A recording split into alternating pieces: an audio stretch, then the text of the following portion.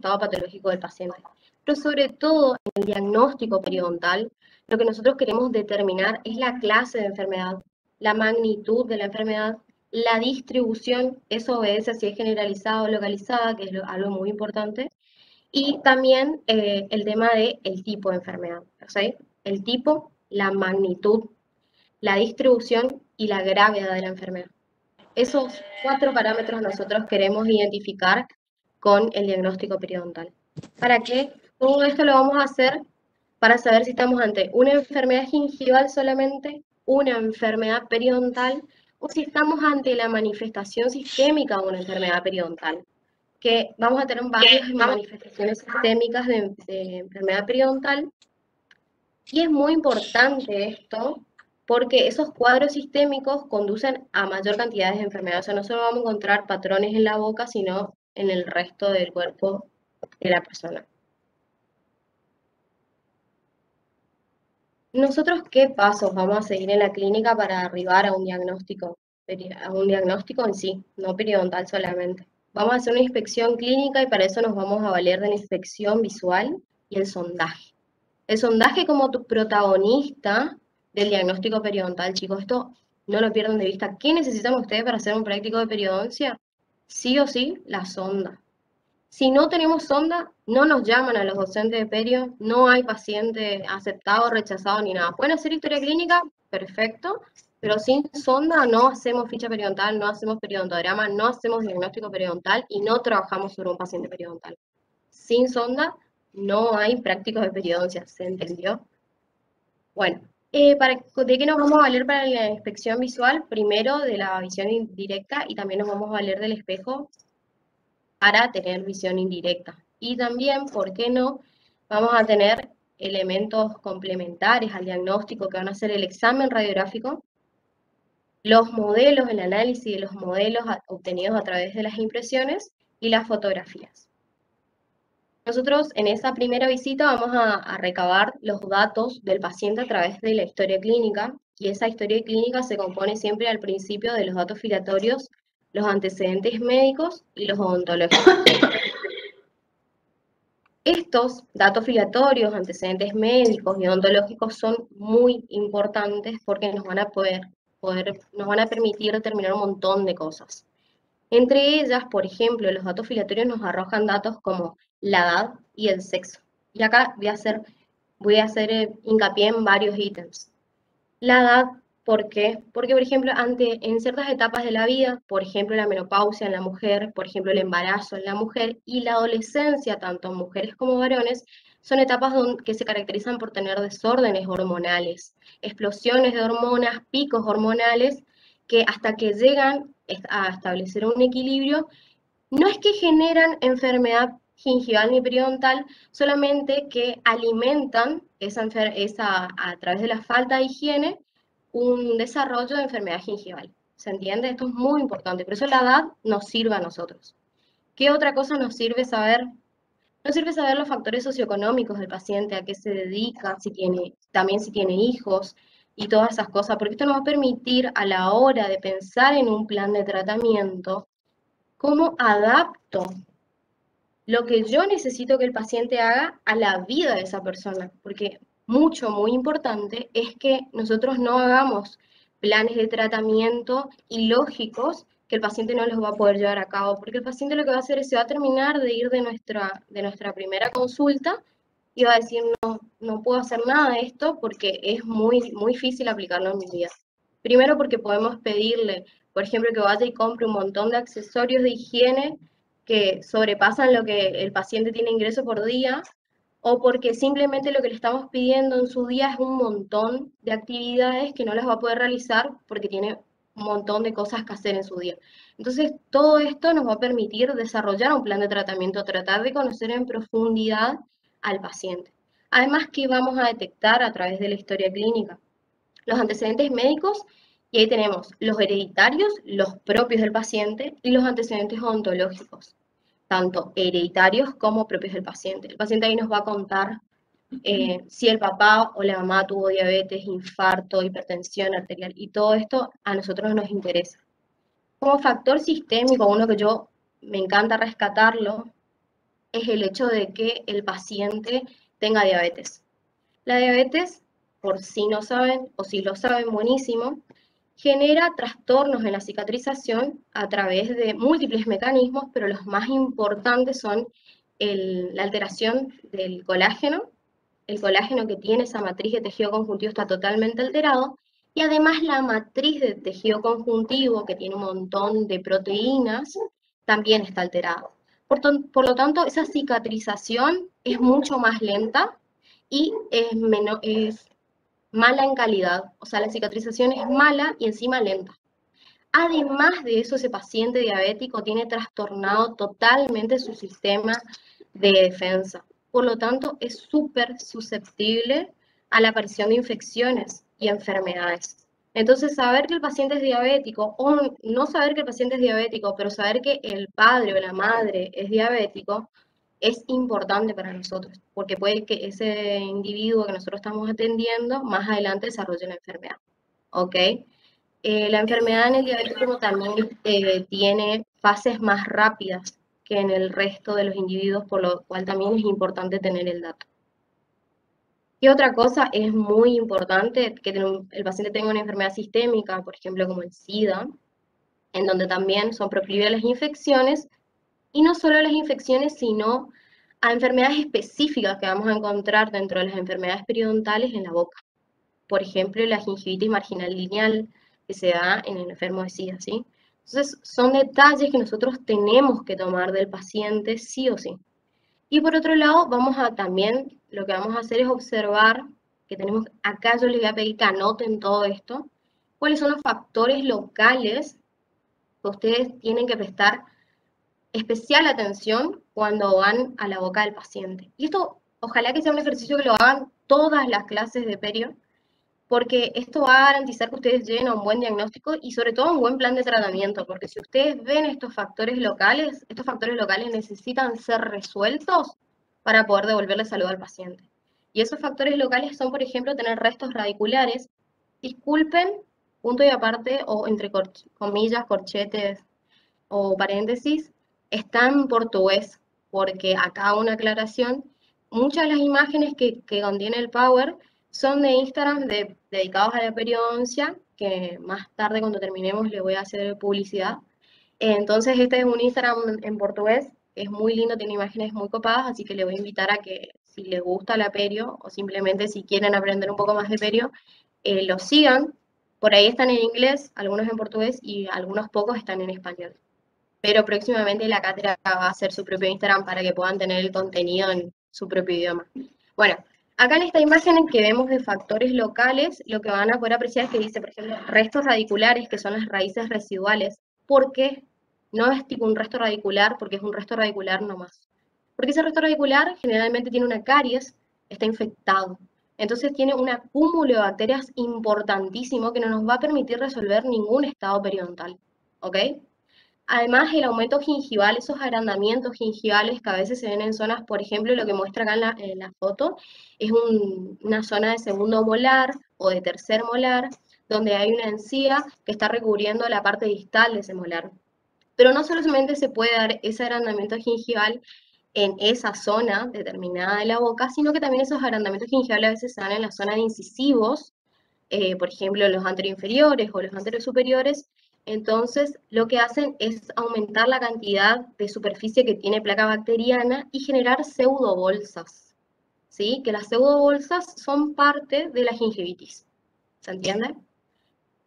También tenemos las restauraciones maladaptadas, esas restauraciones maladaptadas sobre todo en las zonas interproximales que invaden el espacio biológico, esas restauraciones que te atrapan placa bacteriana, que no están bien pulidas y que a veces están en forma desbordante, sobre todo cuando están desbordantes porque eso genera una superficie o un bolsillo donde se va a acumular placa bacteriana. Los aparatos ortodónticos que no hace falta explicar demasiado, pero lo que generan es mayor superficie para atrapar placa bacteriana. Las caries que se encuentran muy próximas al cuello porque infectan directamente la encía, el cálculo dental, y acá me voy a detener nuevamente, el cálculo dental, o mal llamado por los pacientes sarro, como a veces le decimos en el consultorio, Ese cálculo dental es simplemente un depósito mineralizado de placa bacteriana que murió, está muerta, y sobre la cual se depositó todas las sales de la saliva. ¿Por qué es malo el cálculo? Porque sobre esa superficie se adhiere la placa bacteriana perfectamente, porque es poroso, ¿sí? Entonces, es más proclive a generar mal, a no acompañar la higiene bucal del paciente. Por eso el cálculo es malo, por eso el cálculo es un gran factor local a eliminar para poder restablecer la salud gingival, solamente porque es espectacular para el depósito de placa bacteriana o, mejor dicho, biofilm dental. El apiñamiento dentario. Y acá también quiero que presten atención porque casi todos los pacientes que llegan a la clínica tienen malposición dentaria o apiñamiento dentario. Y los que tienen apiñamiento sabrán lo que sucede en la zona de apiñamiento. Se te junta placa y se te junta cálculo, aunque te esfuerces un montón por eliminarlo correctamente. Entonces, y a veces las posiciones adelantadas o lingualizadas también generan balcones, se los denomina. Balcones donde se va a acumular mayor cantidad de placa en principio que luego termina transformándose en cálculo dental. Y por último, las prótesis maladaptadas que generan un montón de problemas, aparte de atrapar placa bacteriana en su seno por los materiales de los que están hechos y por generar problemas en los dientes vecinos a los que están. Pero bueno, para que ustedes puedan llegar a un correcto diagnóstico, primero tenemos que saber cuáles son las características normales.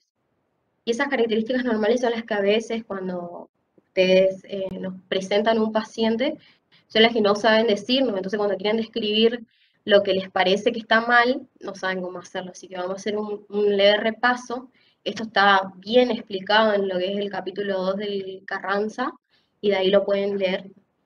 Pero básicamente nosotros tenemos 6 características que son las que tenemos que observar y aprender y tenerlas siempre en mente, que son la forma de la encía, el contorno, la textura, el tamaño y la posición de la encía. Esas son las características y el color. Pero cómo está dividida esa encía y cómo son sus características normales siempre. Nosotros tenemos 3 zonas topográficas en la encía. No sé si se ve mi cursor, ¿lo pueden apreciar o no?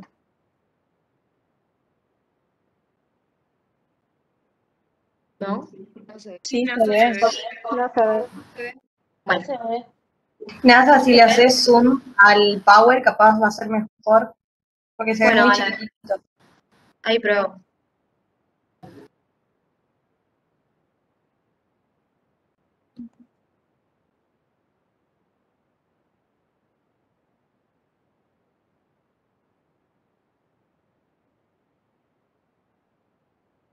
Ahí ven mejor. Bien. Bueno, acá tenemos una imagen donde nosotros por lo que queremos remarcarles son las zonas topográficas de la encía y cómo se denomina cada parte de la encía. Esas zonas topográficas de la encía vamos a ir desde coronal hacia apical. Las voy a ir nombrando de coronal hacia apical. La primera parte de la encía, que mide de 1 a 1,5 milímetros en la persona normal, sin enfermedad gingival, se denomina encía marginal o libre. Esa encía marginal o libre que está despegada del diente, es decir, es ahí donde nosotros introducimos nuestra sonda periodontal, que si nosotros echamos spray de aire y agua, o si le echamos aire, se separa de la encía, la encía se separa del diente. Esa encía libro marginal mide 1 a 1,5 milímetros. Se caracteriza por tener un color rosa coral, le dice, o rosa subidito, y por ser lisa. Pero la característica que no tiene es la de brillante. Cuando la encía marginal está enferma, lo que nosotros vamos a notar es que está edematizada, aumentada de tamaño y por lo tanto el aspecto es brillante. Ahí van a notar que es brillante, cuando esa encía está enferma, cuando está muy inflamada. Bueno, esa encía marginal libre se divide de la encía, de la siguiente encía, que es la encía adherida, por un surco marginal, ¿sí? De ese surco marginal hacia arriba tenemos la encía adherida. Esa encía adherida es más amplia en la zona de incisivos y mucho más se va disminuyendo hacia la zona de molares, pero la que tiene la menor cantidad de densidad de herida suelen ser los primeros premolares, ¿sí? Bueno, lo normal es que en la zona anterior tengamos bastantes milímetros de densidad de herida. Esa densidad de herida es de color rosa coral, con puntillado característico que se le denomina normalmente cáscara de naranja. Tiene esa característica del puntillado porque está muy queratinizada y además de por estar muy queratinizada porque está íntimamente adherida al periósteo sobre el hueso. Y tiene muchísimas fibras colágenas que le dan ese color. ¿Se entiende? Porque todo tiene un porqué, nada es porque sí nomás. Más hacia arriba tenemos la mucosa alveolar, que es un color, sí, rosa subido, subidísimo, tirando a rojo. Esa mucosa es una mucosa libre, no está adherida al hueso, por eso si nosotros movemos el labio, vemos bien el límite entre la adherida y la mucosa alveolar. Esa mucosa alveolar tiene ese color característico, ¿por qué? Porque está muy, muy irrigada. Por ahí pasan todos los vasos sanguíneos, también está muy ricamente inervada, así que duele también. Y esas son las características generales. Después tenemos la papila. La papila tiene una zona marginal que rodea el diente, ¿sí? Una encía marginal, y el centro de la papila es de encía adherida, porque vieron que la partecita del borde que da con el diente, la que linda directamente con el diente, es una encía marginal libre. Y la del centro de la papila, el triángulo del centro de la papila, en cambio, tiene ya el puntillado de cáscara de naranja, ¿sí? Esas características, acuérdense, esas papilas miden casi siempre entre 2 y 3 milímetros, ¿sí? Tienen 2 y 3 milímetros de profundidad. La papila para mí es re protagonista para el diagnóstico. Esto es un dato totalmente subjetivo que les doy desde mi punto de vista. Cuando no hay papila, yo estoy en presencia de enfermedad periodontal. O sea que si usted lo primero que nota en el paciente son esos icónicos agujeros negros entre los dientes, pregúntense si ya hay pérdida ósea y por tanto enfermedad periodontal. ¿Ok?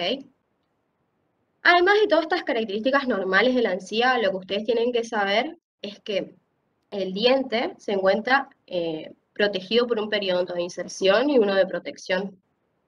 Está insertado en el hueso, tiene un periodonto de inserción que lo forman la encía, el epitelio de unión y las fibras gingivales, ese milímetro del espacio espacio biológico que rodea el diente antes del hueso, ¿sí? Y a su vez tiene un periodonto de inserción, perdón, ese era el de protección, y el de inserción que está dado por el ligamento, el cemento y el hueso alveolar, ¿ok?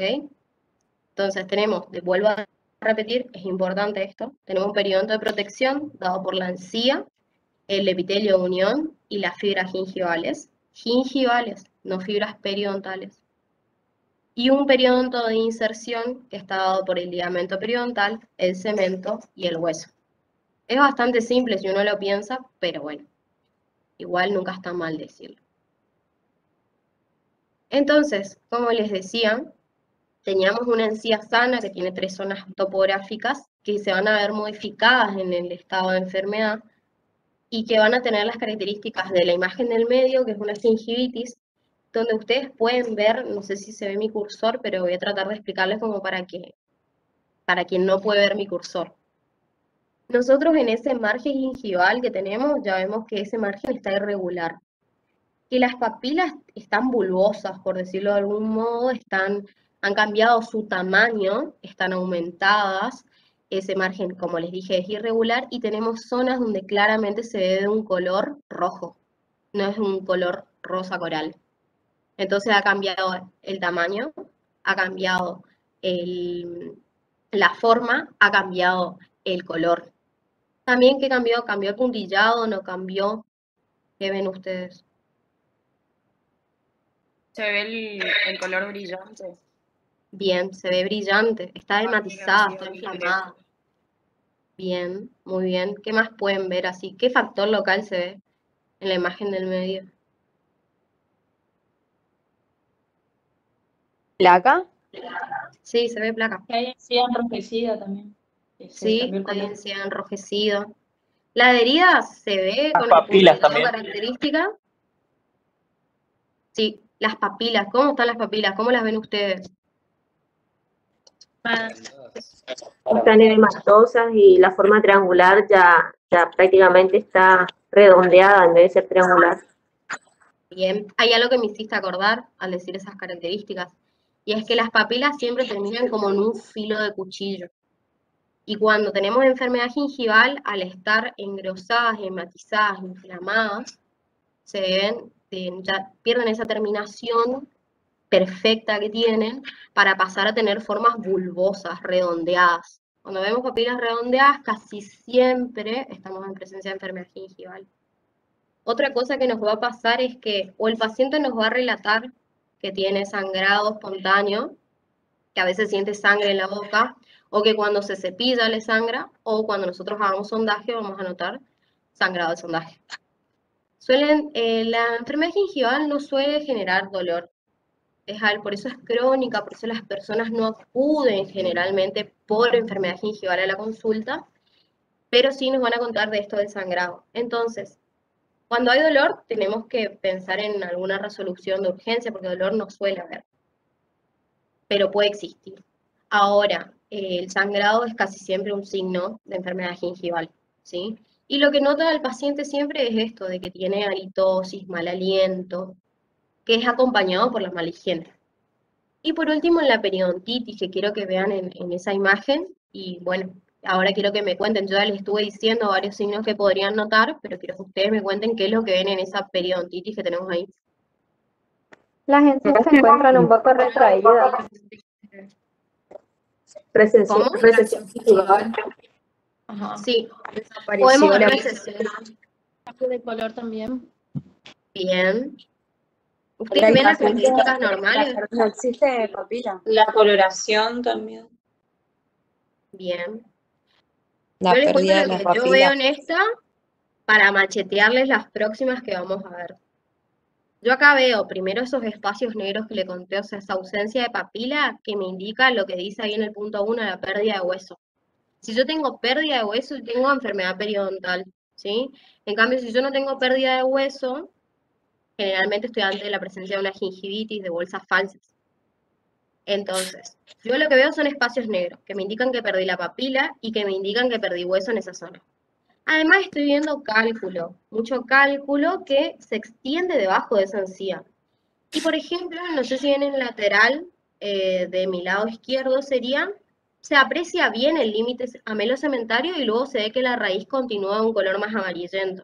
Entonces, como bien decían, hay recesión, porque yo veo el límite amelocementario que en el aspecto normal no lo veo. Bueno, ¿qué más veo? Yo no veo las características normales de la encía, no veo los cambios de coloración, no veo su encía marginal, no la reconozco, no reconozco la encía adherida, no hay un cambio visible, no estoy viendo el puntillado, ¿sí? Y bueno, ya no se ve la mucosa alveolar en esta foto, pero básicamente lo que no puedo detectar yo son las características normales. En el siguiente, bueno, ¿cómo es la secuencia clínica que ustedes van a hacer cuando llegue el paciente a la clínica? Empiezan siempre por la historia clínica, le toman los datos filiatorios, los antecedentes y el estado actual de la enfermedad. El paciente les relata, ustedes anotan todo lo posible y no piensen que es una pérdida de tiempo, es un paso muy importante. Luego, si es necesario, y voy a decir si es necesario porque cuando ustedes traen gingivitis nosotros no les pedimos que hagan diagnóstico radiográfico, pues para eso ustedes van a preguntarle al docente cómo van a seguir los pasos operatorios. Y aunque en la clínica no realizamos impresiones y modelos en lo que es patología y diagnóstico, yo les recomiendo que si ustedes pueden aplicarlo, utilicen impresiones y modelos, análisis de modelos. Esto les permite, al igual que las fotografías clínicas, documentar el caso de cómo llegó su paciente, que es re importante, chicos, porque si ustedes le pueden el día de mañana mostrar cómo ese paciente avanzó, hay pacientes que se ponen re contentos y se dan cuenta que no perdieron, que no estuvieron perdiendo tiempo en el consultorio. Así que es re importante para motivar al paciente, y motivar es todo. En periodoncia, sobre todo, es todo. Pero en la vida misma, porque si ustedes quieren continuar tratándole al paciente hasta llegar al estado óptimo, necesitan mantenerle motivado al paciente. Y es algo que por ahí en la clínica no hacemos porque estamos siempre apurados. Pero es re importante motivarle al paciente. Entonces, ustedes le hacen las radiografías, le hicieron la historia clínica, hacen las radiografías, eso casi siempre. Lo que no suelen hacer es los modelos y lo que nosotros le pedimos en periodoncia y lo que se les pide en patología y diagnóstico para los seminarios es que hagan fotografías, ¿sí? Esas fotografías y los modelos, voy a recalcar de vuelta esto, le permiten documentar el caso y les permiten analizar el caso del paciente cuando el paciente no está con ustedes. Porque cuando uno está solo en su casa, a veces dice, ah, mira, capaz que le puedo hacer tal cosa y vuelven a mirar la fotografía a ver si lo que están pensando es aplicable o no. Si lo que pensaron en el momento que lo vieron al paciente no era así y se les ocurrió un mejor plan de tratamiento para el mismo. Entonces, los modelos de las fotografías clínicas son re importantes. Luego de hacer todo esto, ustedes van a hacer una revisión global de todos los pasos, de todo lo que hicieron, de toda la construcción de esos hechos, de la historia clínica, del estudio radiográfico, los modelos y las fotografías, para poder establecer un plan de tratamiento. Dentro de esos pasos, ustedes van a llegar a establecer el examen, el diagnóstico clínico, ¿sí? Y ese diagnóstico clínico se van a valer de dos cosas. Algo muy importante que me estaba por olvidar, chicos. Nosotros, en la técnica radiográfica que le pedimos en periodoncia, anoten, es la técnica del paralelo, o denominada también cono largo. Utilizamos esa técnica porque es la que nos provee de isometría e isomorfismo, que iso quiere decir igual, así que nos provee de una imagen que tiene la misma forma y el mismo tamaño. ¿Está? Que para nosotros es re importante, porque si yo quiero determinar pérdida ósea y tengo una imagen que está distorsionada, no lo voy a hacer en parámetros reales. Ahora, la técnica radiográfica, sea cual sea, tiene limitaciones. ¿Por qué tiene limitaciones? Porque nosotros solamente podemos ver cuando hay 50% de pérdida ósea de la masa total, de la densidad total del hueso, que acuérdense que nosotros vemos una imagen bidimensional de algo que es tridimensional. O sea, nosotros vemos de vestibular hacia palatino, de vestibular hacia lingual, y solamente podemos ver pérdida ósea cuando la mitad de ese tejido óseo se perdió. Si no, no lo vemos. 40 o 50% me dicen acá por cucaracha. Bueno, cuando nosotros vamos a hacer ya estamos analizando todas las piezas dentarias, que esto por ahí es algo que nos hacen en detenimiento, nosotros vamos a hacer un examen de los dientes primero. ¿Qué vamos a mirar ahí en el examen de los dientes? Primero si hay ausencia de piezas dentarias y si hay alguna presencia extra de piezas dentarias que las pueda haber. Si hay desgastes dentarios, y acá me detengo. ¿Por qué desgastes dentarios? Porque a veces tenemos pacientes que tienen sobrecarga de la oclusión y tienen, por ejemplo, tienen facetas de desgaste que corresponden, por ejemplo, con enfermedades como bruxismo, o sea, alteraciones como el bruxismo, y a la tricción de los dientes, ¿sí? Entonces, todo eso tenemos que mirar en detenimiento, si hay desgastes. ¿Y dónde están ubicados los desgastes? ¿Está ubicado en el incisal? ¿Está ubicado a nivel del cuello de la pieza dentaria? ¿Y qué nos quiere contar? ¿Está? Deténganse a mirar desgastes. Manchas dentales, ¿dónde están y por qué? ¿Obedece a, por ejemplo, una restauración mal pulida? ¿La puedo pulir? ¿Dentro de qué? Mi terapia básica.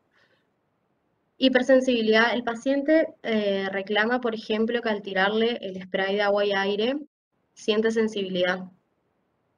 Eso es muy importante, porque ustedes cuando van a comenzar un tratamiento periodontal, una terapia básica, siempre van a sacar cálculo de la raíz, van a sacar un montón de cálculo. Ese cálculo le brindaba a ese diente un aislante térmico. El paciente con ese cálculo no sentía la sensibilidad al aire, no sentía la sensibilidad al tomar agua fría. Y ustedes se lo sacaron.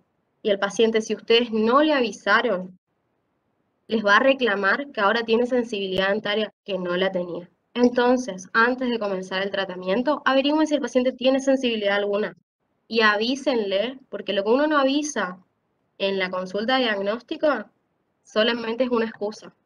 Ahora, si yo lo dije en la consulta... Disculpa, no se escuchó esa última parte. Bien, vamos de nuevo. El paciente, ustedes tienen que anotar en la historia clínica si el paciente tiene hipersensibilidad, si tiene sensibilidad dental al tomar cosas frías, al tomar cosas calientes. ¿Por qué? Si esto es previo a nuestro tratamiento o esto se instaura a partir de nuestro tratamiento. El raspaje y el alisado radicular tiene una secuela. La secuela es la hipersensibilidad dentaria. ¿Por qué? Porque ese cálculo que estaba arriba de la raíz le protegía, le generaba una impermeabilización y un aislante térmico y eléctrico.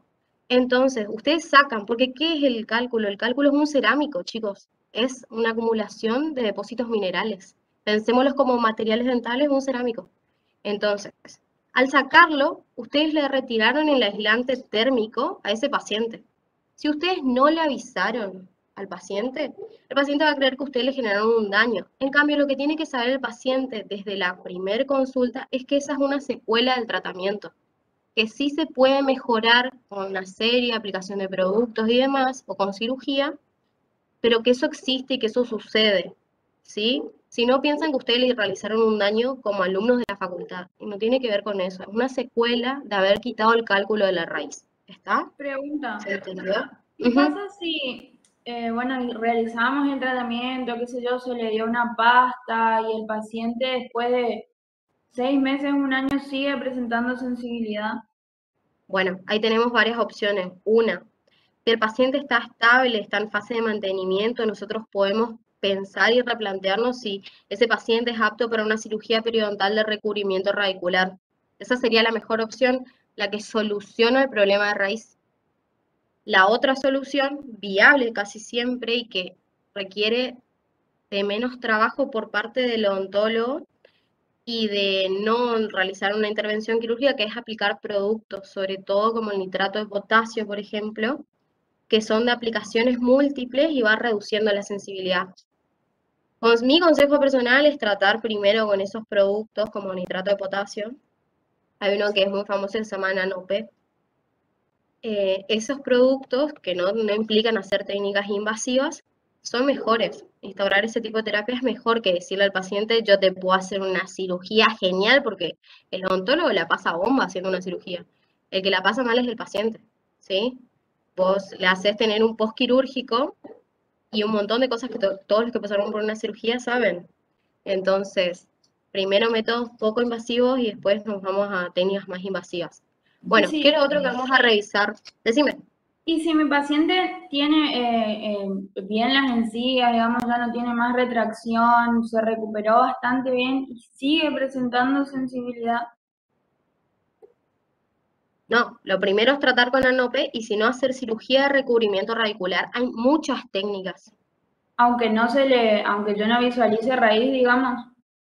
Ah, no, perdón. Me dice si no hay recesiones. No, Ajá.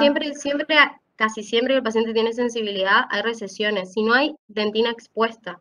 Y ante una dentina expuesta, ¿qué puedo hacer? Poner un composite. O sea, es lo mejor. Pero tenés que mirar bien el límite, si está ubicado, si se le ve el límite a mero cementario, si no se le ve. O sea, tenés que identificar muy bien, o sea, hacer un reconocimiento de los tejidos dentarios que estás apreciando. ¿Ok? Claro, tratar de Gracias. preguntarle también si es una sensibilidad localizada o si es general en varias piezas dentarias, porque por ahí puede ser por una caries o otra cosa que vos Yo, por clínicamente ejemplo, por ahí no tengo lo un ves. paciente que me consultó porque él tiene sensibilidad hace un año, se está cepillando los dientes con Sensodyne, qué sé yo, le vi más o menos las encías y no tiene retracción gingival y aparentemente está bien la boca, pero él sigue presentando sensibilidad. Bueno, puede ser que tenga un esmalte adelgazado, por ejemplo. Eso sucede a veces cuando el paciente consume, por ejemplo, las bebidas isotónicas que desmineralizan el esmalte, pero le desprotegen al diente, entonces tiene sensibilidad dentinaria. Esa sensibilidad dentinaria se le puede quitar a través de las restauraciones que recubran la corona, recubran esa dentina. Pero puede ser porque consume bebidas isotónicas, porque consume muchos ácidos. Hay que hacer una evaluación minuciosa del caso. Igual merece una clase aparte de hipersensibilidad, pero básicamente tienen que detectar qué causa y dónde está localizada. Eso lo hacen, puedes buscar, hoy te digo que busques, otro día te puedo explicar, la evaluación para saber cuánta hipersensibilidad posee el paciente se hace mediante la escala de VAS. B-A-S, B corta. Que es subjetiva, es una escala subjetiva en donde el paciente te va a ir diciendo cuánto en cada pieza dentaria que presenta sensibilidad según él. Es totalmente subjetivo, pero sirve para evaluar el tratamiento. Bueno, lo otro que van a analizar son las relaciones de contacto, que tienen que respetar las troneras, si no esa papila se va a ver desprotegida. Eso es re importante. Si hay movilidad dentaria, que la movilidad dentaria van a aprender que se clasifica en grado 1, 2 y 3. Y acá un paréntesis, porque en el Carranza y en algunos otros lugares donde estuvimos revisando les da parámetros de normal y no normal, pero no, tiene milímetros, así que ahora más adelante les voy a presentar esa información. Si hay trauma en la oclusión, si hay sensibilidad a la percusión y si hay relaciones oclusales que son funcionales. Todo esto es lo que ustedes van a mirar dentariamente hablando, solo de diente. Bien. Pero ahora nos vamos a ir a analizar, vamos a hacer un análisis de los tejidos periodontales. Y en ese análisis de los tejidos periodontales nosotros vamos a guiarnos por varios parámetros. El índice de placa bacteriana, que nosotros lo obtenemos a través del teñido con las placas revelantes, ¿que son para qué? Para que el paciente pueda visualizar cuánta placa bacteriana está dejando en su boca por una mala higiene bucal y para motivarlo. Esto es re importante hacerlo, porque si uno no lo hace en la primera consulta, después ya no le puede mostrar más esto una vez que ya aprendió o pseudo aprendió a cepillarse los dientes.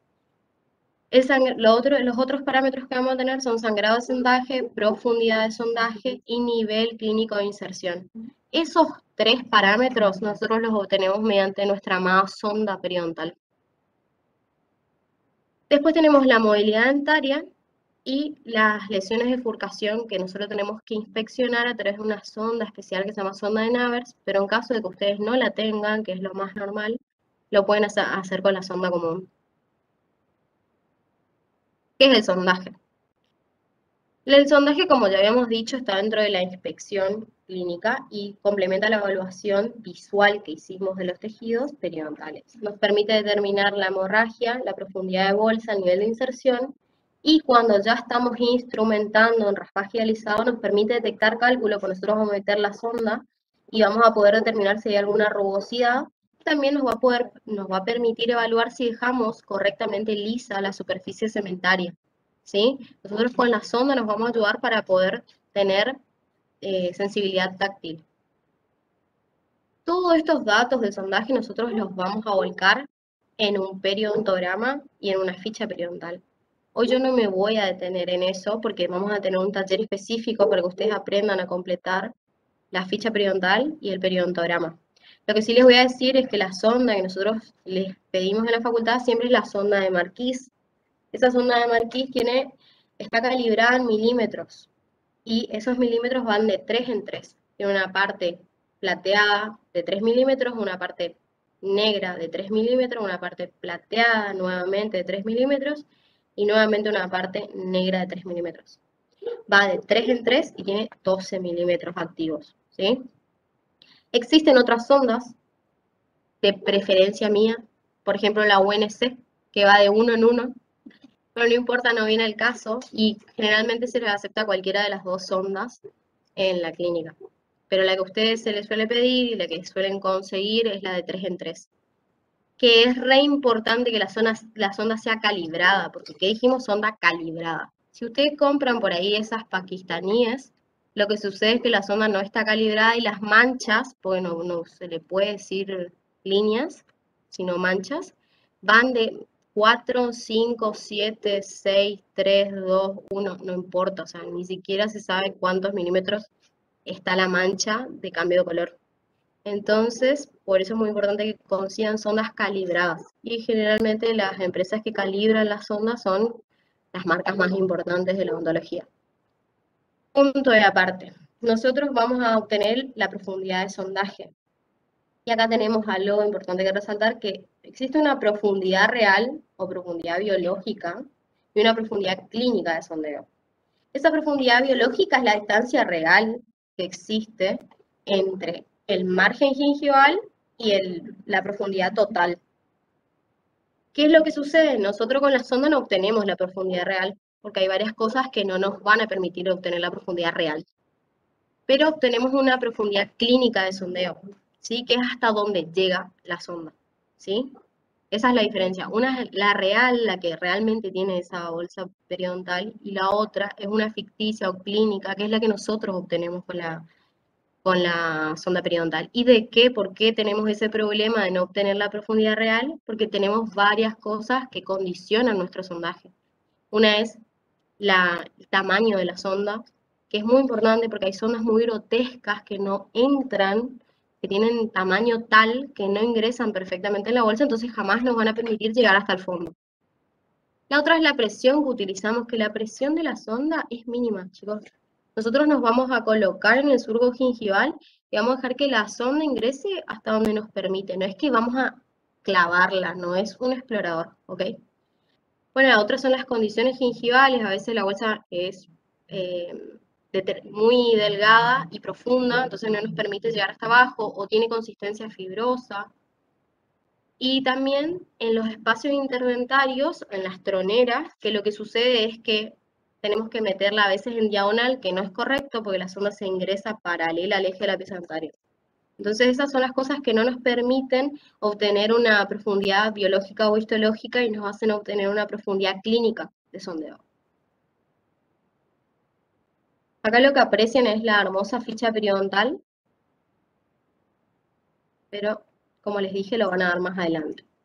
¿Qué es importante del sondaje para que lo vayan interiorizando? El sondaje es la técnica por la cual, o la maniobra por la cual nosotros ingresamos en el surco periodontal y de a saltitos vamos recorriendo todo el círculo, por decirlo de algún modo, alrededor de la pieza dentaria, ingresando en algunas profundidades que nos deja ingresar más la sonda y en algunas que no. ¿Ok? La sonda va paralela al eje mayor de la pieza dentaria y nosotros ingresamos en 6 sitios de la pieza dentaria, que son distovestibular, mesiovestibular y vestibular. Ingresamos en lingualo palatino, disto palatino y, perdón, disto mesiopalatino y disto palatino. Esos son los 6 lugares que nosotros siempre tomamos como parámetros para determinar la enfermedad periodontal.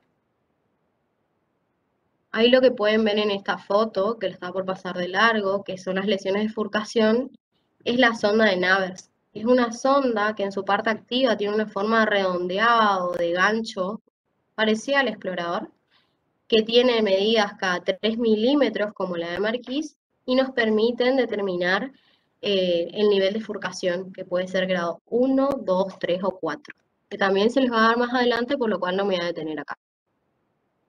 Y acá sí la movilidad, y esto por favor anoten, les doy tiempo de que hagan una captura. Y la movilidad se clasifica en grado 1, 2 y 3. La 1 es la normal o fisiológica, que permite un movimiento en sentido horizontal de 1 milímetro. Ese movimiento en sentido horizontal es vestíbulo palatino o vestíbulo lingual. ¿No? ¿Ahí? Perdón, por cucaracha me dicen que no se ve. ¿Ustedes ven? Sí se ve. Profe, Sí se ve, doctora. ¿cómo tomamos la movilidad? ¿Con una gasa? Ahí les explico. Ustedes tienen que agarrar un instrumento. ¿Por qué? Porque tiene que tener el instrumento tiene un parámetro fijo y del otro lado su dedo. No pueden tomar con los 2 dedos. ¿Por qué? Porque los dedos tienen resiliencia, chicos. Como es tejido blando, no van a poder realmente tener un parámetro de si se mueve o o lo que está flexible es la piel del dedo. Entonces, sí o sí, de un lado apoyan un instrumento, porque el instrumento es duro, puede ser el mango del explorador, el mango de la sonda, el mango el que quieran, no importa. Es un mango de instrumento. Y el otro lado, su dedo. Y con eso se guían para controlar la movilidad. ¿Está? Igual que cuando van a hacer percusión, no pueden hacer percusión con el dedo. Es lo mismo. Vale para las dos. Bueno, esa movilidad de 1 milímetro es en sentido vestíbulo lingual o vestíbulo palatino. En cambio, el grado 2 de movilidad nos da más o menos un movimiento de hasta 2 milímetros. Es entre 1 y 2, vestíbulo palatino y mesiodistal. Y el grado 3 es cuando te tiene un movimiento de más de 2 milímetros, no solo en sentido vestíbulo-palatino y mesiodistal, sino también en sentido ápico-coronario, aparte del movimiento horizontal. ¿Se entiende? Eso lo van a ver, les prometo que van a ver que se mueve en sentido ápico-coronal.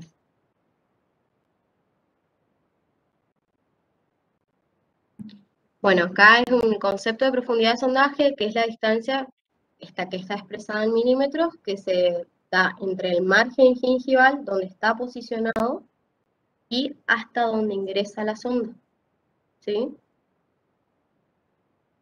¿Qué factores modifican? La dimensión de la sonda nuevamente, la presión, las condiciones de los tejidos gingivales, que les dije que hay veces que la enfermedad gingival progresa en forma crónica y las paredes son fibrosas o a veces son edematosas. Son dos formas de progreso que generan que los tejidos tengan diferente consistencia. El eje de inserción de la sonda, que como les dije, tiene que ser paralelo al eje dentario, sin inclinar, pues si ustedes inclinan, va a variar directamente la cantidad de milímetros. O sea, va a estar mal tomado el sondaje. Y la convexidad de la corona. En coronas muy convexas se dificulta un montón hacer el sondaje.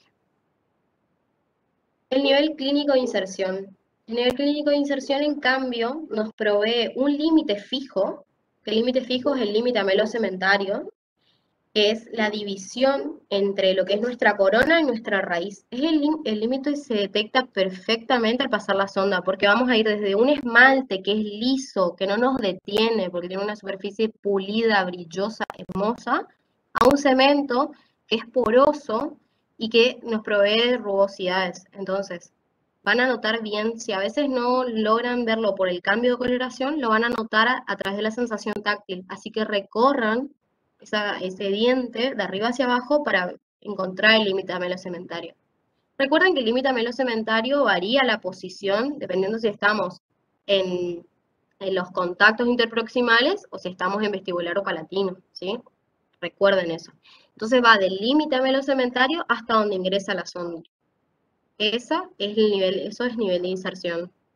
Son dos parámetros diferentes. Y después lo vamos a poner a prueba en un próximo taller para que ustedes identifiquen profundidad de sondaje y niveles de inserción. ¿Está? Y son dos parámetros diferentes, le tienen que quedar en la cabeza, son diferentes realmente y nos permiten a largo plazo controlar la efectividad del tratamiento. Bueno, como les decíamos, ¿qué es lo que intentamos con el diagnóstico? Identificar la causa de la enfermedad y los factores locales que nosotros tenemos que corregir. Pues si el paciente tiene factores locales, los sistémicos los podemos estabilizar, pero los locales los tenemos que eliminar. Entonces, nuestra lista del plan de tratamiento comienza por eliminar esos factores locales. Todo esto para conseguir un estado de salud de los tejidos periodontales, arribar a nuestro diagnóstico a un plan de tratamiento y establecer salud. Esta imagen que ven acá grafica las diferencias entre lo que es la gingivitis y la periodontitis. En la gingivitis nosotros tenemos una bolsa falsa que está ubicada coronalmente. Vieron que se ve el límite amelocementario y que las bacterias o el biofilm está ubicado desde el límite amelocementario hacia arriba. Y esa encía también creció, se edematizó, se inflamó hacia coronal. ¿Está? Lo que quiere decir es que la bolsa es falsa. Tenemos una presencia de bolsa falsa, un bolsillo que tiene placa bacteriana, pero que está ubicado coronalmente. En cambio, en la periodontitis, nosotros podemos tener placa bacteriana o biofilm en la corona, pero lo más importante es que tenemos ubicado biofilm en lo que es entre el cemento y nuestros tejidos periodontales de sostén. Y lo más importante que tenemos acá es que tenemos pérdida ósea. A medida que la enfermedad progresa, nos vamos yendo hacia apical, tenemos una pérdida ósea inminente que no vamos a poder recuperar. ¿Está? Bueno, acá sí llegó el trabajo de ustedes. Yo me voy a callar, algo bastante difícil en mi vida. Así que les toca empezar a decirme a ustedes qué es lo que ven. Acuérdense que la guía acá es que tienen que mirar el factor dentario y los tejidos periodontales. Y en ese factor dentario me van a nombrar todos los factores locales que estén causando enfermedad. Cuéntenme qué ven acá. Primero que Hay nada, malposición de los dientes. claro que hay malposición y apiñamiento. Bien, perfecto. Presencia de cálculo. Ujú. Presencia de ¿Qué más? cálculo que genera Recesión gingival. los- Gingival. Cambio de coloración. Reabsorción ósea. función ósea. Un resto radicular parece. ¿Quién dijo, o sea, la escuché quién dijo en realidad resto radicular? Vos decís el resto radicular por lo que está entre medio de los dos incisivos centrales. Sí, pero parece encía. Ah, Sí, bien. Está. es la Sí, sí. papita. Sí. En realidad no, pero ¿Es un frenillo corto? sí, es un ¿Un frenillo. apéndice frenillo no es eso? Y Un eso apéndice de hizo que se frenillo. separe un diastema. Bien, súper bien, Gracias. excelente todo lo que dijeron hasta acá. Ese frenillo, en este caso, es probable que sea el culpable de toda la reabsorción ósea que tenemos ahí y que nos esté generando esa enfermedad periodontal que vemos en esos incisivos, ¿sí? ¿Qué tenemos que hacer para poder solucionar el problema de este paciente, ya que muy bien direccionado su diagnóstico? Eliminemos factores locales. Sacar una Cuéntenme. radiografía. Los factores locales. Bien, ¿cuáles son los factores locales que me mencionaron? El frenillo corto hay que hacer una cirugía. El cálculo. Eliminar el cálculo cálculo. gingival. Bien, empezaríamos por eliminar el cálculo. Es muy importante. ¿Para qué? Para que los tejidos periodontales recobren la salud. Pero tenemos que eliminar ese frenillo aberrante que está ahí insertado porque no va a permitir ningún progreso del paciente. Y lo tercero, diría yo, sería pedirle al paciente que acceda a un tratamiento de ortodoncia para poder recuperar la buena posición de las piezas dentarias en la arcada. Más o menos, esa sería una buena secuencia de tratamiento. Doctora, Sí, en el caso de que presente, por ejemplo, movilidad de grado 2, ¿tiene recuperación o es extracción sí o sí? no, la movilidad de grado 2, dependiendo de la motivación del paciente y el plan de tratamiento de cristales, generalmente es recuperable. La movilidad de grado 2 casi siempre es recuperable. Y hay casos de grado 3 que a veces, con la mejor voluntad, se pueden recuperar, pero en la indicación siempre es extracción de la movilidad de grado 3. NASA, con ese tipo de recesión, ¿vos decís que igual la ortodoncia? Bueno, ¿qué especiales cuidados tiene debe tener una ortodoncia en estos casos? De no generar mayor reabsorción ósea o una reabsorción muy rápida, porque el hueso tiene una posibilidad de ir adelantando las piezas dentarias o ir corrigiendo la posición de las piezas dentarias siempre que sea paulatino. Lo que pasa es que nosotros no podemos cambiar muy rápido los arcos y esas cosas. Yo no me voy a meter en eso porque no soy ortodoncista. Claro, sí. Pero sí se puede hacer ortodoncia, solo que debe ser monitoreada bajo un tratamiento periodontal. ¿Se entiende? Sí, sí. Tiene que ser Pero, o sea, consensuado totalmente. NASA. Sí. Y aparte, yo supongo, vamos a suponer, para un tratamiento de ortodoncia, este paciente primeramente hay que educarlo muy bien porque si no tiene una buena, colocar un aparato de ortodoncia sería contraproducente en su caso, más placa todavía. Si ustedes colocan un aparato de ortodoncia en este paciente sin motivación, ustedes están cometiendo una iatrogenia. Entonces son culpables del daño subsiguiente que tiene. Y eso pasa muchas veces en los tratamientos de ortodoncia porque hay poca motivación. Bueno, en este otro paciente que les voy a mostrar acá, ¿qué ven en esa imagen?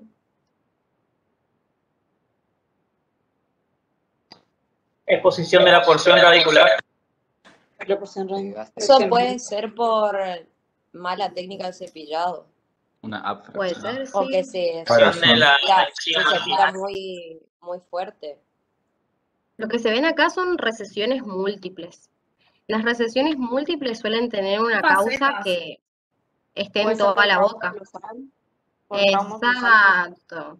Yo diría que es por trauma oclusal, aunque no estoy viendo toda la boca del paciente. ¿Por qué? Porque hay un detalle, y es que las facetas son múltiples. Y algo que ataña a toda la dentición es la oclusión. Entonces es algo muy importante. Es probable también que él no esté colaborando con el cepillado, pero la causa pues suele ser una sobrecarga de la oclusión, así que trauma oclusal sería, creo yo. ¿Qué se ve en una recesión? A ver, para que a todos les quede claro. Es lo que yo veo.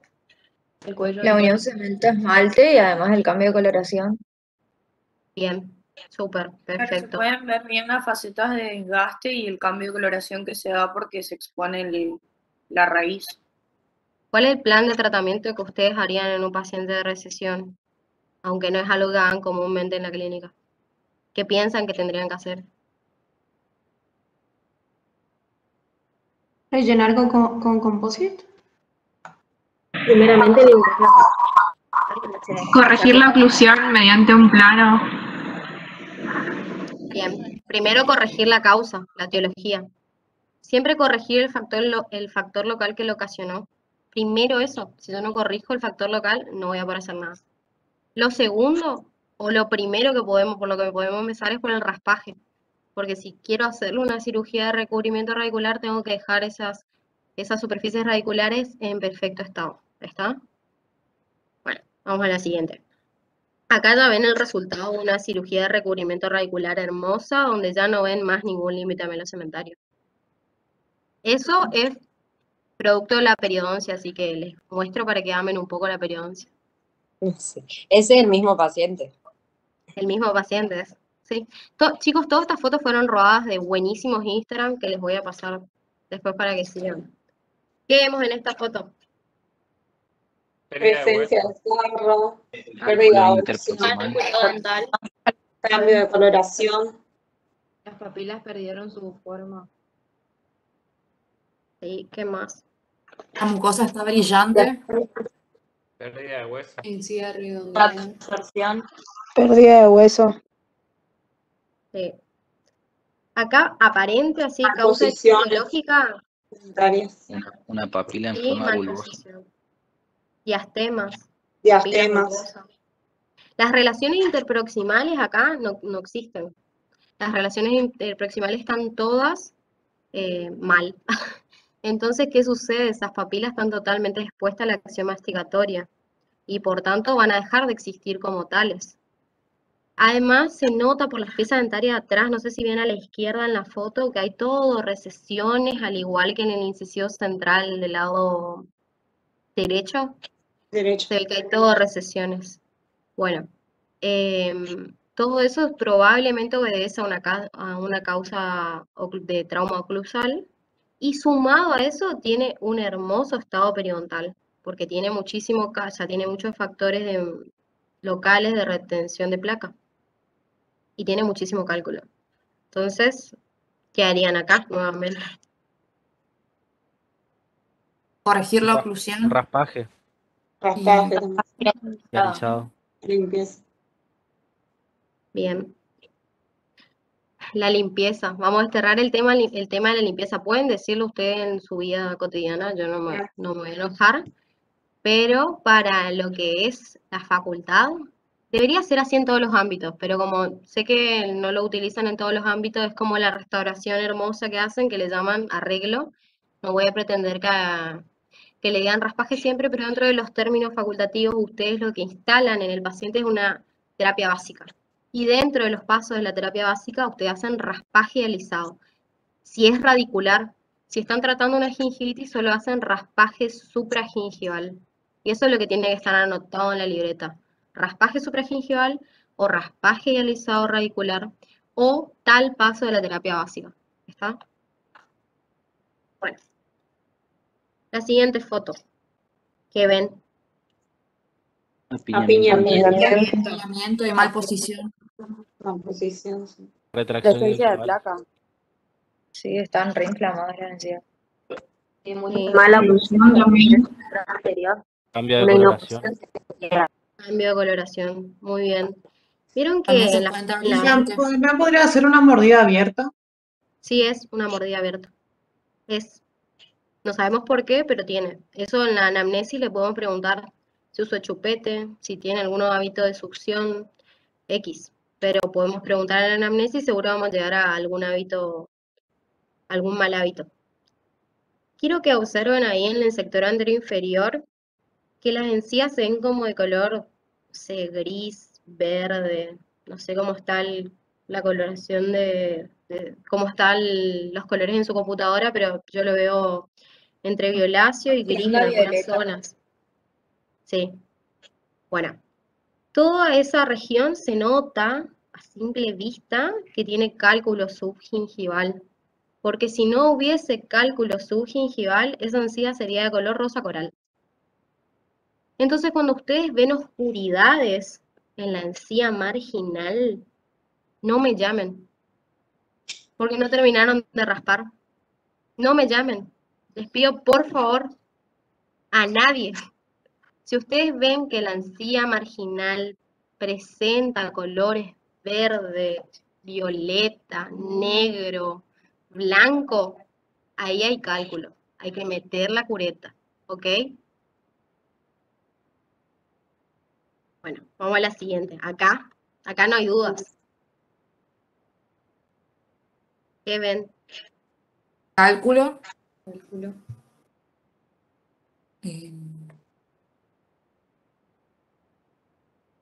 Cambio de color. Exceso de Puede ser que hay inflamación. inflamación. Está brillante. Directamente no tiene más papila. ¿Qué se iba a decir? La pérdida de las papilas. Sí, en algunos lugares hay pérdida de papila también. Y vieron que, no sé si llegan a reconocer, pero por ejemplo acá viene en el central que tiene el cálculo de color verde, se ve también un halo, un hermoso halo de inflamación rojo en el margen gingival. O sea que hay cambio de coloración, que las papilas están bulbosas, redondeadas. O sea, hay un cambio en la posición, un cambio en el tamaño, un cambio en la forma. No se olviden de esas características, por favor. No hay ningún puntillado acá de cáscara naranja. Ninguno. Imposible encontrar el puntillado de cáscara naranja. Y les sumo algo que es difícil de reconocer, pero que les sumo para que lo vean, lo analicen. Después el power les vamos a pasar. El paciente tiene como un reborde óseo que sobresale de las piezas dentarias. Y lo otro que se nota es que esa mordida no encastra bien. Entonces hay algún biotipo distorsionado en la oclusión. Por eso, porque tenemos como un hueso muy importante y tenemos una mordida que no encastra perfectamente. Eso es para notarse. Hay subversiones y apiñamiento también de algunas piezas dentarias. Sí. Estos son pacientes que, si nosotros queremos tratarle, lo primero que tenemos que hacer es dejar la boca en condiciones, eliminar todos los factores locales, hacer el raspaje, todo perfecto, y le decimos, señora, usted necesita una ortodoncia. Pero comprometerlos, chicos, no es tipo, usted necesita una ortodoncia, nomás comprométanlo, porque si no, jamás va a progresar. O sea, con este apiñamiento y con este desorden, el paciente va a ser un paciente periodontal forever, porque jamás va a poder limpiarse bien la boca. Y les digo por experiencia propia. Bueno.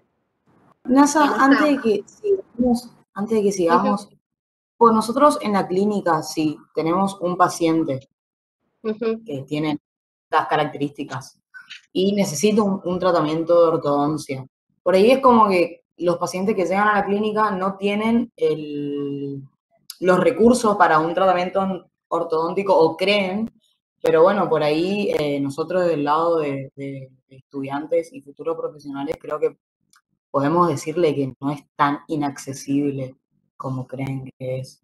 Hay bancos de pacientes en las especialidades y cosas así que estaría bueno, ¿no? Sí, hay varias cosas que yo les diría para anotar.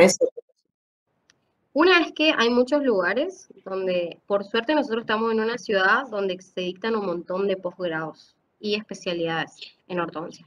Entonces, como bien decías, hay muchos lugares que toman pacientes por un muy bajo costo, que representa solamente el costo de los aparatos y no te cobran consulta o cobran una consulta muy mínima. Eso primero, si le podemos convencer y el paciente puede acceder aunque sea eso, buenísimo. Y si no, aunque sea desde el respeto al paciente y desde la honestidad con el paciente, decirle que lo correcto sería ir por un tratamiento ortodóntico. Por lo menos, sí, ser honestos y no mentirles y no dejar de brindarles información por pensar que el paciente no puede. Hay gente que hace muchísimo por su salud bucal, como, no sé, sacar préstamos, lo que trabajar a destajo para poder tener salud en la boca, porque lo cree importante, y hay gente que aún teniendo no lo va a hacer. Entonces, que no sea una limitación para informarle al paciente. Acuérdense que el primer paso de la terapia es motivación e información. Más allá de que después, el día de mañana, el paciente diga que no puede, lo que sea, pero uno cumplió en decirle lo correcto, que es algo que por ahí lo ignoramos porque decimos, no va a poder, no, hay que decirle. Bueno, en esa imagen, ¿qué ven?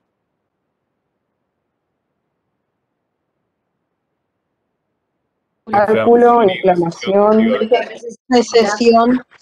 Papilas bulbosas, papilas también están bulbosas. Bien. Cambio de coloración. Hay cambio de coloración. ¿Qué diagnóstico le darían así a simple vista a este paciente? ¿Es gingivitis o es periodontitis? Periodontitis. Periodontitis. Periodontitis. Sí, en términos generales, aparenta que hay pérdida ósea. La única manera de saber si hay pérdida ósea es raspar y ahí hacer sondaje, que es lo que solemos decirlo en la clínica, porque hay muchas veces que el paciente viene con tanto cálculo que es imposible hacer sondaje, porque encontrar el surco gingival es toda una aventura. Entonces, en estos casos, lo que hacemos es hacer una primera sesión de raspaje, que nunca jamás hay una sesión y se termina. Eso aprendan ya para siempre. Y entonces vamos a hacer un primer raspaje, y ahí vamos a mirar con las sondas si encontramos el límite amelocementario, el cambio de coloración, cuánto hay de nivel de inserción, cuánto hay de profundidad de sondaje. Bueno, acá teníamos un popurrí de cálculo. En esta otra que ven, Se ve como una restauración. Cambio de coloración de la Esas son unas coronas mal adaptadas, NASA. Bien, súper, coronas mal adaptadas son, o sea, unas restauraciones que no están bien. Esas coronas mal adaptadas nos están generando un gap o un espacio donde se nos está acumulando un montón de placa bacteriana en un espacio en íntimo contacto con nuestra encía. Que la encía va a huir de esa placa bacteriana, de ese biofilm. Eso es lo que hace siempre, huir. Entonces, esto es un factor local que hay que eliminar. ¿Con qué? Con una buena restauración. ¿Está? Y acá, esta foto, ¿para qué creen que pusimos?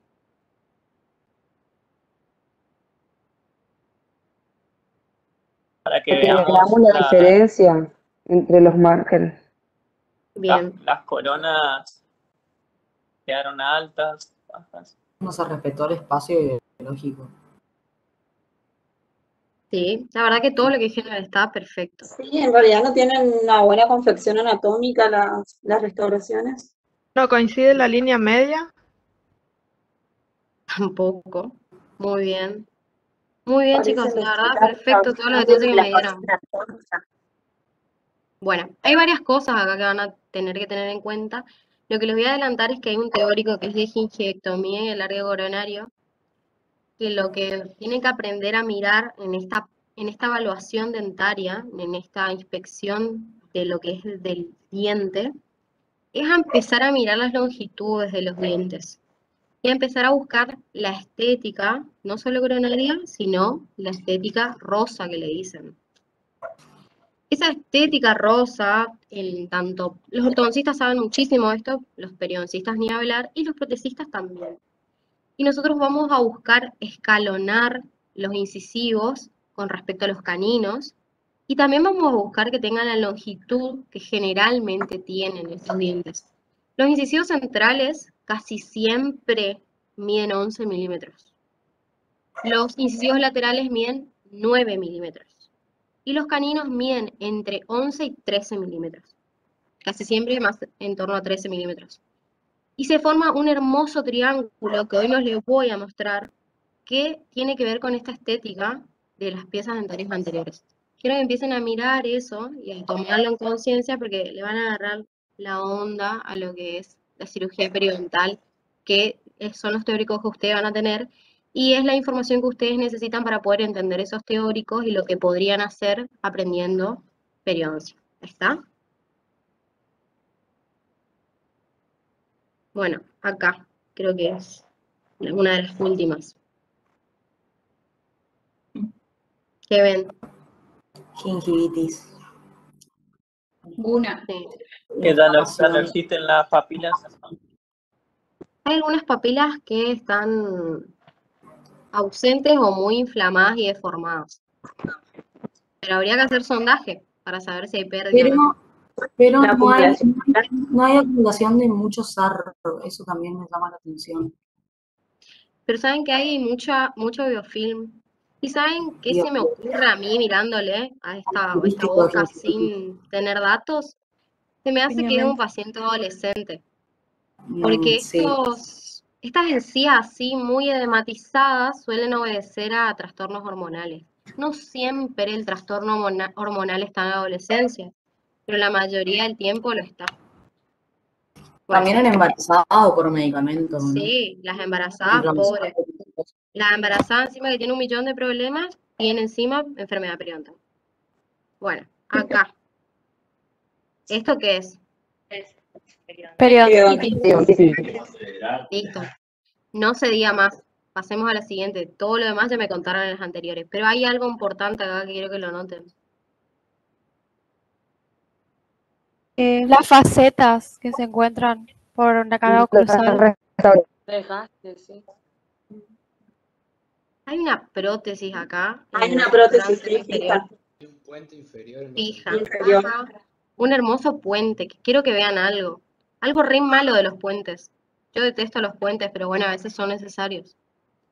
Este puente, como están una corona unida a la otra, no tiene espacio para que la persona pueda hacer una higiene interdentaria. Entonces, obviamente que ahí se acumula de todo.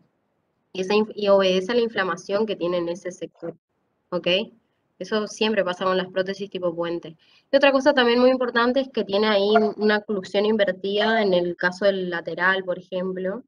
Y del otro lado también tiene directamente todo invertido. NASA, ¿puede que haya una erosión también? Hay una afracción en el premolar. Y anoten eso, porque el premolar siempre tiene afracciones, que son las lesiones que están en el cuello que obedecen a trauma oclusal.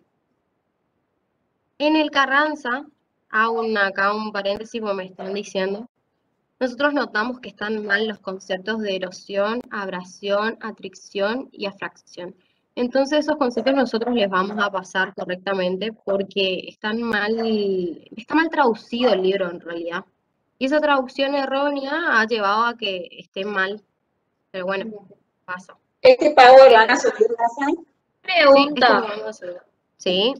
Respecto a la movilidad y el grado de movilidad, ¿esto ya sería grado 3 en algunas piezas dentarias? No siempre. Hay veces que vos mirás y decís, esto tiene una movilidad 3, grado 3, como aparenta la foto, y vos le tocás y el diente no se mueve ni para atrás, ni para adelante, ni para ningún lugar. O sea, la movilidad realmente tenés que comprobarla. El paciente relata cuando tiene movilidad. Pero además tenés que probar diente por diente. Es la única manera de saber si hay movilidad. A veces se reconfunde. A veces hay periodontitis súper avanzadas y no hay movilidad. Y a veces tenés estados gingivales acompañados La movilidad depende. Pasa que también la movilidad depende del tipo de hueso que tenga el paciente, porque algunos tienen un hueso más resistente que otros. Por eso también al momento en que nosotros estamos tratando esta periodontitis. Después vamos a ver más adelante, pero la periodontitis tiene periodos donde totalmente hay ausencia de enfermedad y periodos donde la enfermedad avanza a pasos agigantados. Tiene eso, fases activas y fases no activas. Eso también tiene que ver con la movilidad. También los trastornos hormonales. Bueno, la bibliografía que yo les había recomendado leer es la del Carranza, en la que le habíamos mandado el capítulo. Para uno de los talleres que viene, porque vamos a hablar de instrumentos, y la próxima vamos a hablar de instrumentación, nosotros le vamos a pedir que lean el Pattinson y Pattinson. Está en la biblioteca, es un libro cortito y muy lindo. Así que si quieren adelantar por ahí, pueden ir leyendo eso. También el capítulo 2 del Carranza, que tiene que ver con anatomía de lo normal, de las encías, anatomía topográfica, eso también tienen que leer. Bueno, ¿y qué más? Ahora les voy a hacer un pequeño sondeo. Rosa, ¿podés repetir, por favor, el libro, el primero? Que dijiste que había en la biblioteca.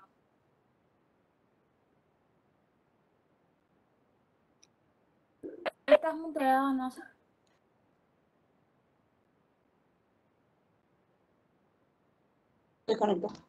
Se te escucha. Está puteada. Tiene apagado el micrófono, parece.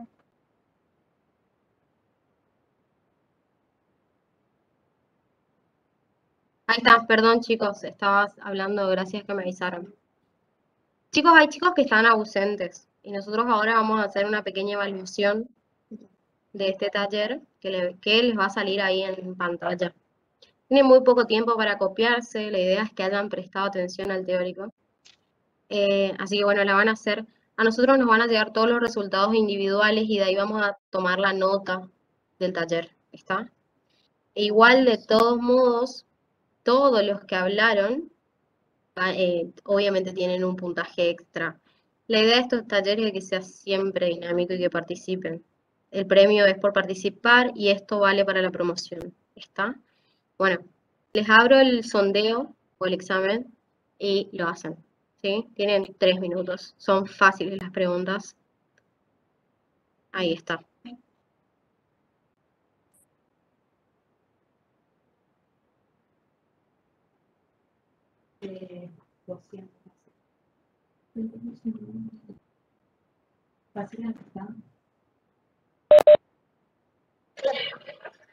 Sí, marcan ahí mismo.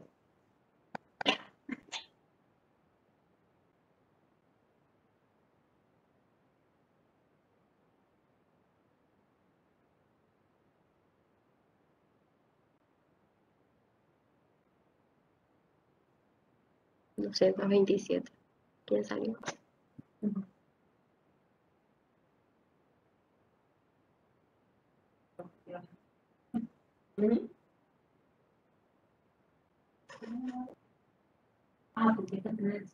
Listo.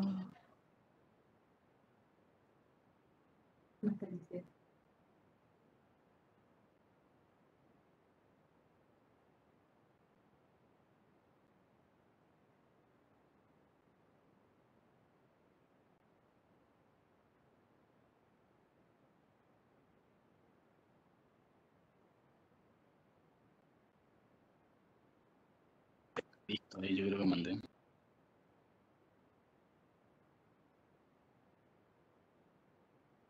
NASA, ¿hay que tocar ahí el que para mandar o se manda solo? Toquen para mandar, igual de todos modos manda, pero toquen para mandar. Disculpa, NASA. A mí se me cerró el cuestionario, o sea, está como no me aparece, no sé, para contestar.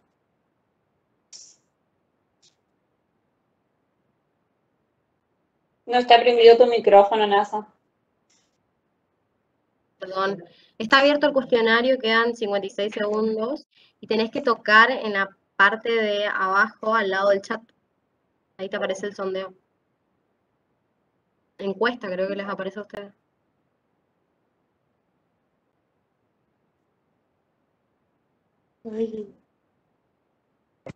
NASA, a mí se me cerró, justo estaba terminando. NASA a mí no me envía. NASA, Pero basta que puedas. Si no se por puede, no las se puede. dudas, A mí me marca como que está enviando, pero nunca envió. NASA, por las dudas son 5 preguntas nomás. Son 6, creo, pero no. 5. 5 son. Ay, bien, no, porque sabía que había más y yo no vi. No, son 5. Re cortito, chicos. Seminario sorpresa. NASA, ¿y estos resultados nos das ahora o cómo es el tema? No, los guardo para mí y no van a saber hasta que llegue diciembre. No, chicos, les vamos a ir dando a medida que, que vamos avanzando. En el próximo taller les damos este resultado, ¿ok? Igual, de todos modos, si participan en clase, no faltan, prenden sus cámaras, todo vamos a tener en cuenta. Acá estamos todos los docentes conectados, viendo su actividad, así que, bueno. Los que están ausentes van perdiendo la promoción, a menos que justifiquen. Bien justificado, 48 horas a través de estudio, certificado médico.